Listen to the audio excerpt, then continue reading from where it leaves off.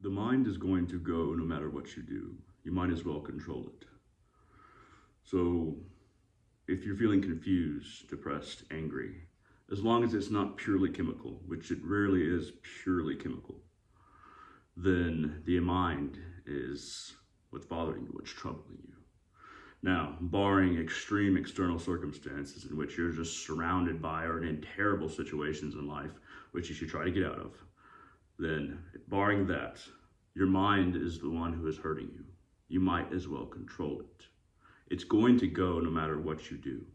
It's going to keep going and going and going. Have you ever tried to not think, to not have thoughts, to not allow them to continue thought after thought after thought?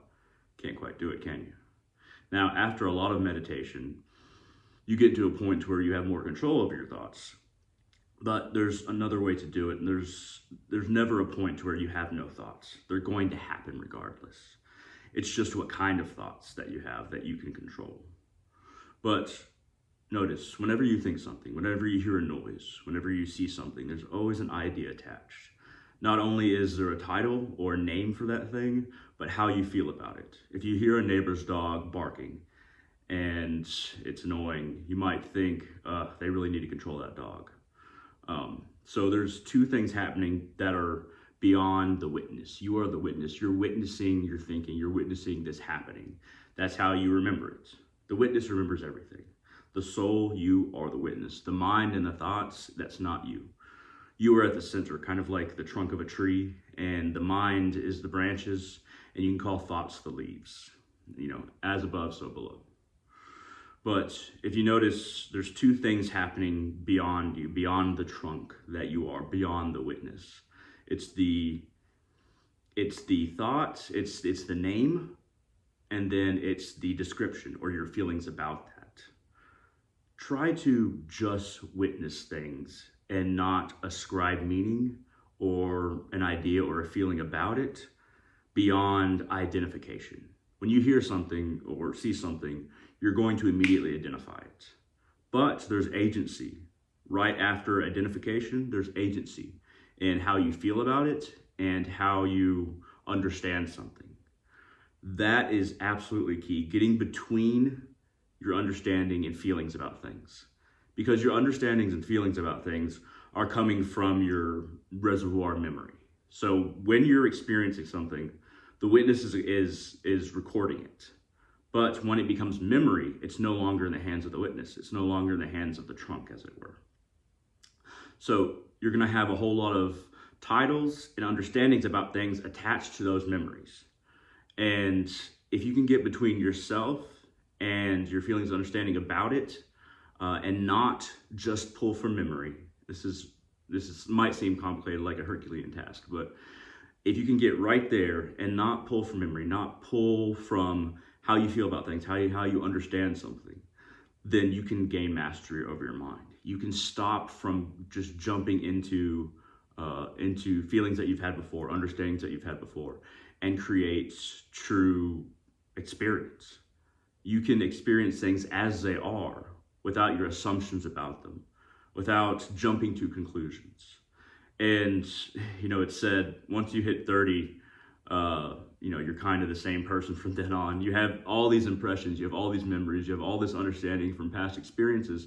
Once you hit 30, in a way, many people don't really see anything new. If they see something that's different, or they'll try to understand it from a past perspective or based on their memories. They'll draw on that reservoir, not understanding that they can jump between that, not after identification, but the jump between understanding and feeling. They can retcon and experience things. They don't have to draw from memory. But once you hit 30, it's really hard to actually experience things, everything, in a new way, in a childlike way. And children, the way that our brain works early on in life, when we're forming memories, when our brain is developing, everything is new and we're just soaking everything up. That can still exist. That can still happen for us. It's all about getting mastery of the mind. But as you're going about your day, you might have ideas or thoughts that are depressing, or ones that make you angry, or ideas and thoughts that make you happy, make you feel good. But most of these emotions, most of these experiences are the result of just letting the mind go. This carousel, this merry-go-round that goes around and around and around, it's going to go. You might as well gain control over it. Now, there's a prayer to the Divine Mother that you can say that's an adaptation from another prayer. You might recognize where it's adapted from, but you can say, Kali, Divine Mother, have mercy upon me. If you find yourself having thought after thought and it's disturbing you, or you're confused, or maybe even angry, saying a single prayer, one that you understand, that's in English, that you understand, that you already have some base understanding of, saying it again and again and again without thinking about exactly what it means, that makes it intrinsic to your experience. Instead of allowing the mind to run, if you're going through something difficult during your day, you could just say, Kali, Divine Mother, have mercy upon me. Repeating that again and again and again makes it a more instantaneous, experiential thing, rather than allowing the mind to just run from one thing to another, to another, to another. Because these endless branches of thoughts, they go in all kinds of directions. But taking control of your mind and just saying, Kali, Divine Mother, have mercy upon me, again and again and again. It takes willpower to just say that short sentence again and again and again in your mind. You can say it, you can use other sentences. Make sure they're short and make sure that they have meaning and power and importance to you. But in exerting your will over your mind and just saying a short sentence again and again and again that has great significance and spiritual significance to you, will have an experiential effect, rather than, and also it'll help your determination and willpower for conquering your mind in the future, if you can keep on doing it for minutes, maybe even an hour. But you'll find that once you come out of saying it again and again and again, you'll find that there's kind of an empty space in your mind. You filled it with that sentence, that significance to you, so much that there's space now to think, and there's a clear area. It's almost like reverberating this in your brain, in the chitta, in the mind's chitta, mind stuff, making that reverberation again and again and again, making it foundational to your mind at that moment, and then the next moment, and the next moment. When you stop saying it, there's clear space. Now the thoughts will come back in. The troubling thoughts might come back in at another time, or maybe right after you're done doing it, but then just start doing it again. There's other mantras like Om Namah Shivaya, Om Namah Shivaya, Om Namah Shivaya. But if you don't feel connected to a mantra that you don't really understand, maybe it's not in English and you just know English, or you're not really familiar with mantras, you can just say, Kali, Divine Mother, have mercy upon me.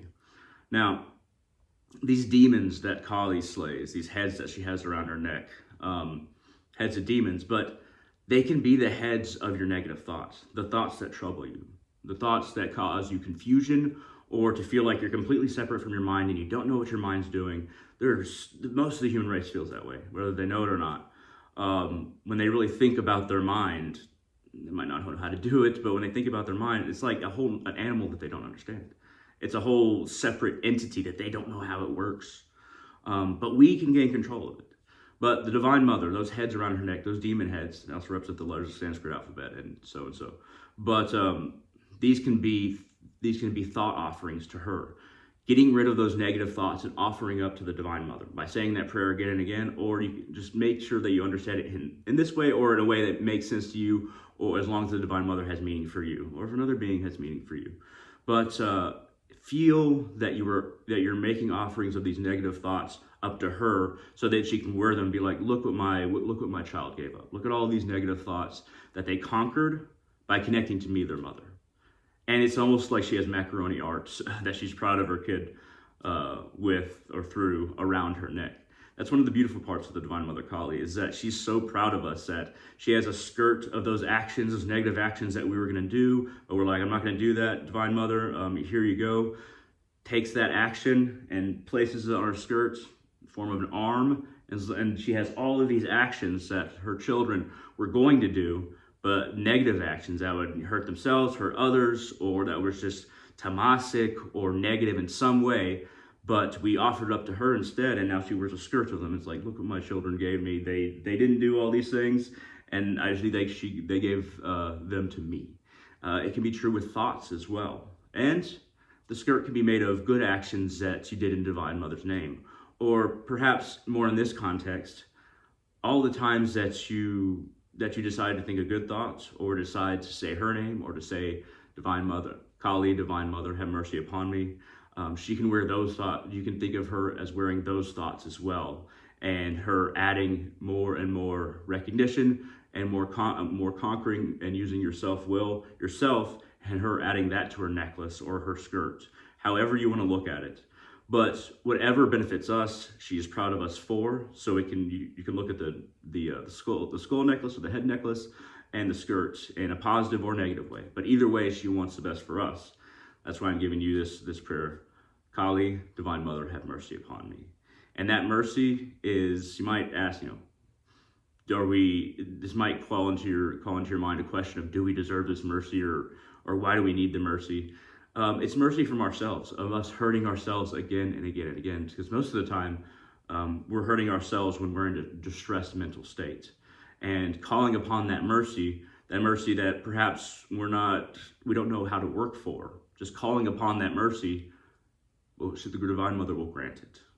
So keep this in mind when you're thinking about thoughts. Master your mind as best you can, and hope all of you have a wonderful day.